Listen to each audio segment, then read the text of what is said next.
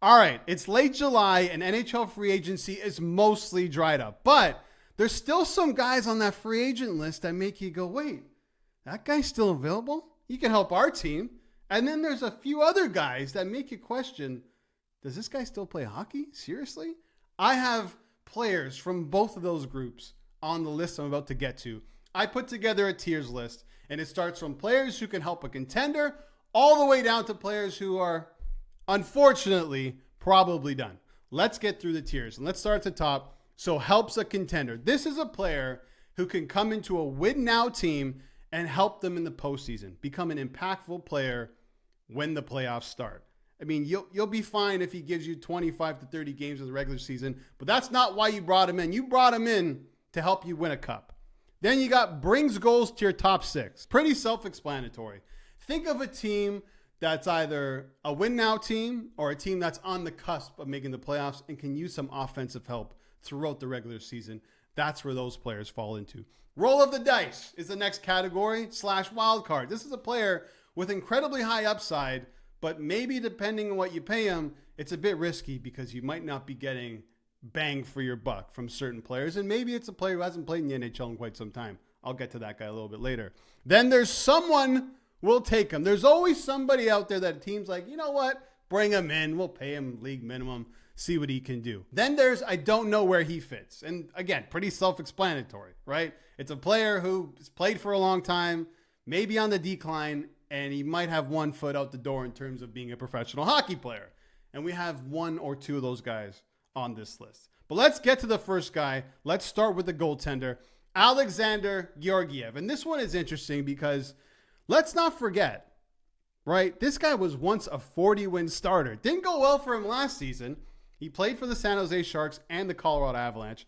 The Avs decided to flip him and another goalie because they said, screw this. I don't like our goaltending.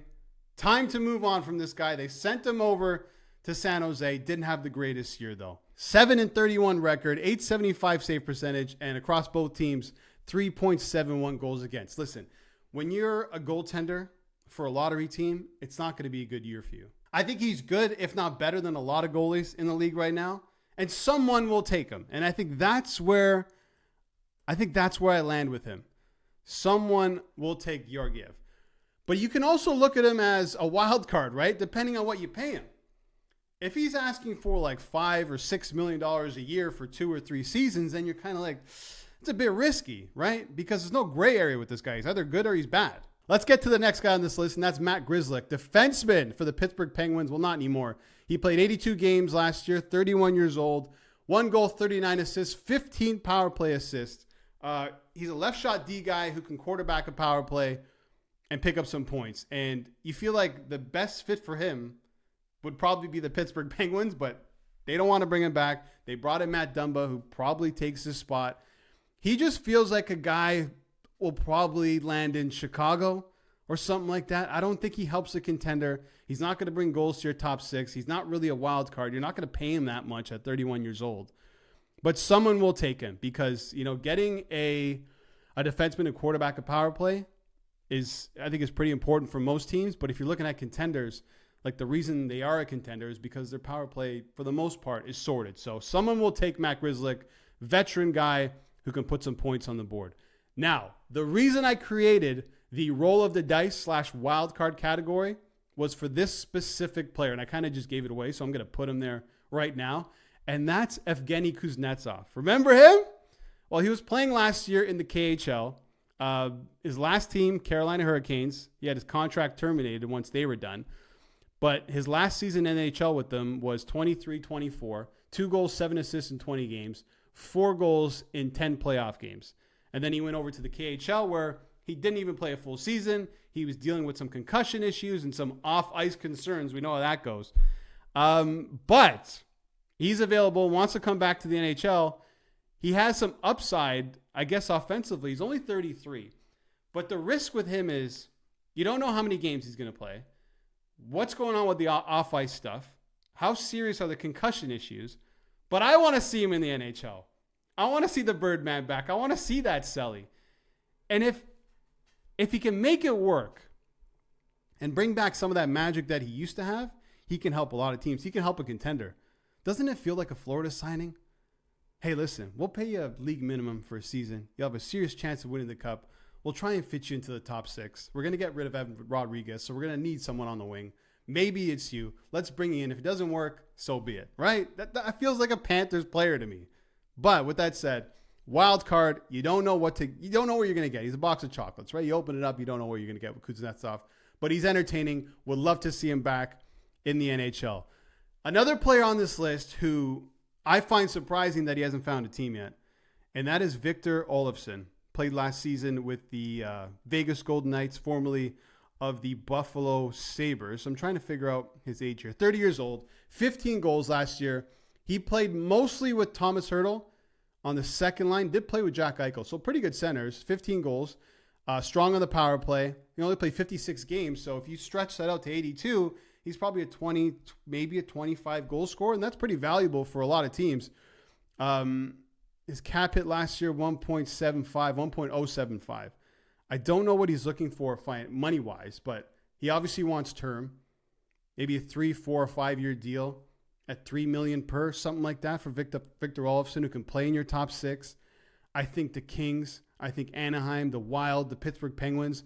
If you're looking for a player to provide some offense, the Kings need that, no doubt. Defensively, they're sound, but they need more goal scoring. Anaheim can use more goal scoring. The Wild can definitely use more goal scoring. And I put the Pittsburgh Penguins in there because if I'm Olofsson, you can go sign a deal with a team like that. You're going to get number 1 power play time. You're going to get top 6 minutes. Maybe you'll play with Crosby.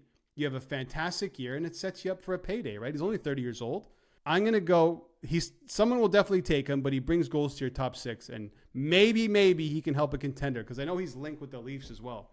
The Leafs are linked with everybody who can play in the top 6, but Victor Olofsson, good player. Max Pacioretty, veteran player who, by all accounts, doesn't want to leave Toronto. And the door's open, according to GM Brad Treliving. Played for the Leafs last year, 36 years old. Only played 37 games in the regular season. 13 points. But in the postseason, 3 goals, 5 assists in 11 games. And that's what Max Pacioretty is. Listen, you're bringing him in to help you in the playoffs. He was an important piece for Toronto. He didn't start off in the lineup in the playoffs. But when he came in, you can argue he was one of the Toronto Maple Leafs' most important players in the playoffs. And that's valuable. And you're looking at Toronto, you're like, you probably need that guy there again. Another team is the Edmonton Oilers. Corey Perry's gone. Maybe he fills that void in Edmonton at a cheaper price. That's how I see Max Pacioretty. Someone will definitely take him. He's not going to bring a ton of goals to your top 6 in the regular season. Probably won't play in the top 6. He's more of a third-line guy. But he helps a contender win a Stanley Cup. Veteran guy, been around a long time. It's just up to him now if he wants to continue playing. I think that's what he's mulling over right now with his family. But if he does still want to play, it's probably Toronto. So I'm going to go with Patches, helps a contender. Another guy who's kind of mulling over whether or not he still wants to play is James Reimer, sticking with the goalies.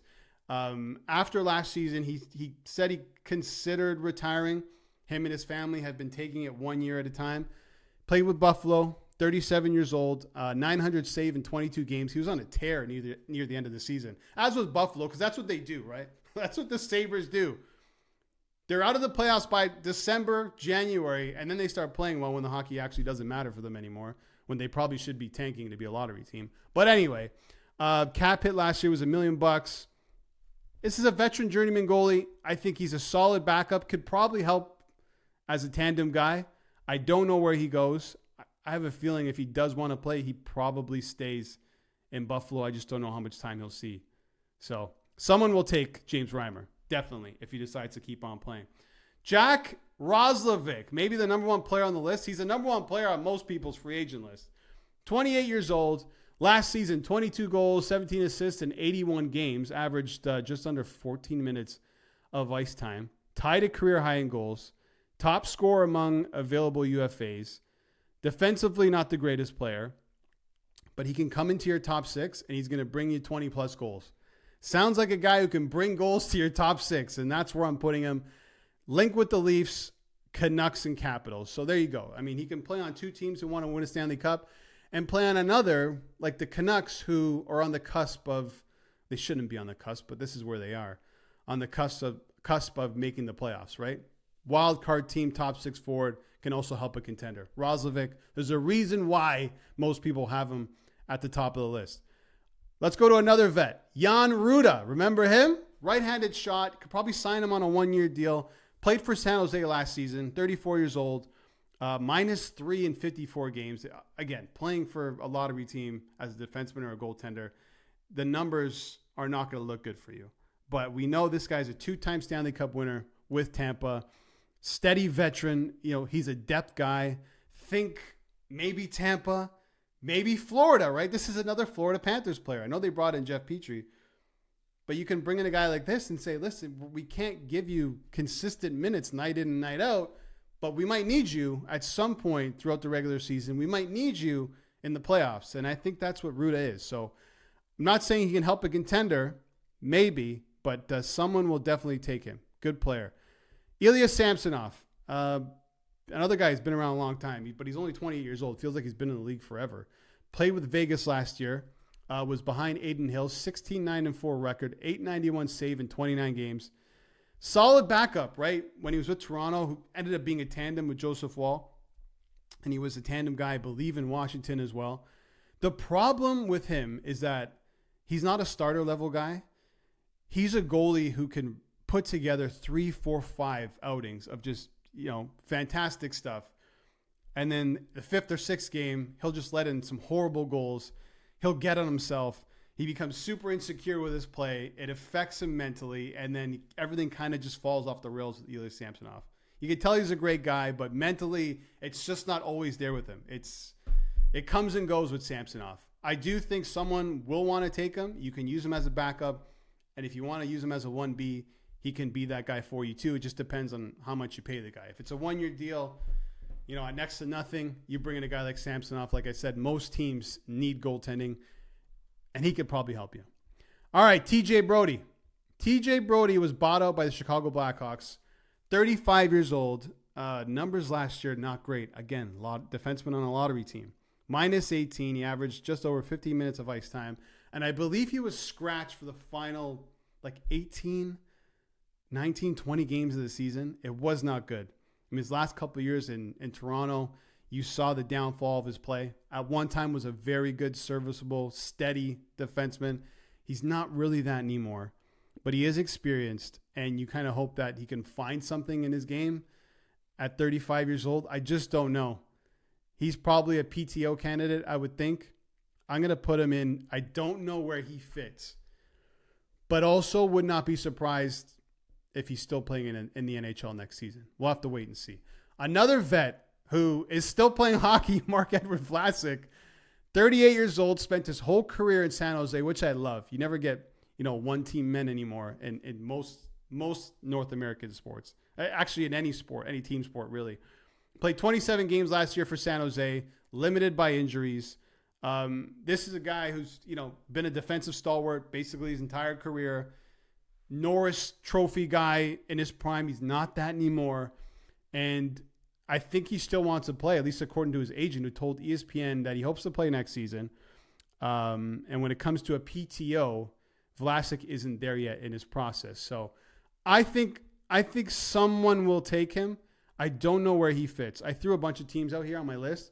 Florida, obviously. Carolina. Is he a depth guy in Carolina? You can rely on him, but he is a bit older. I think Brendan Moore would like that, though, and you bring that veteran leadership into that room. Boston, don't know what Boston is, but they can use a veteran there, especially a guy in the back end. Montreal, he's from Montreal. Does he fit? It's a younger group. Do you need a veteran voice in that locker room? Could be him if he's willing to play maybe 20 games and sign a vet minimum deal. Tampa can use a guy like that. Maybe even, go to Nashville, no tax state, and sign $1 million deal. I don't know. I want him to still play in the NHL. I think someone will take him. So I'm kind of in between these two. I'm going to go, I don't know where he fits, but someone will take him. And that's where I'll land with Marc-Edouard Vlasic. So that's my list, guys. You let me know what you think in the comments below. Did I get it wrong? Who would you take on your team? And who would you just completely avoid? Let me know in the comments below. And don't forget, if you like this video, make it official. Hit that like button and subscribe to the BetCanada YouTube channel. Thanks for watching.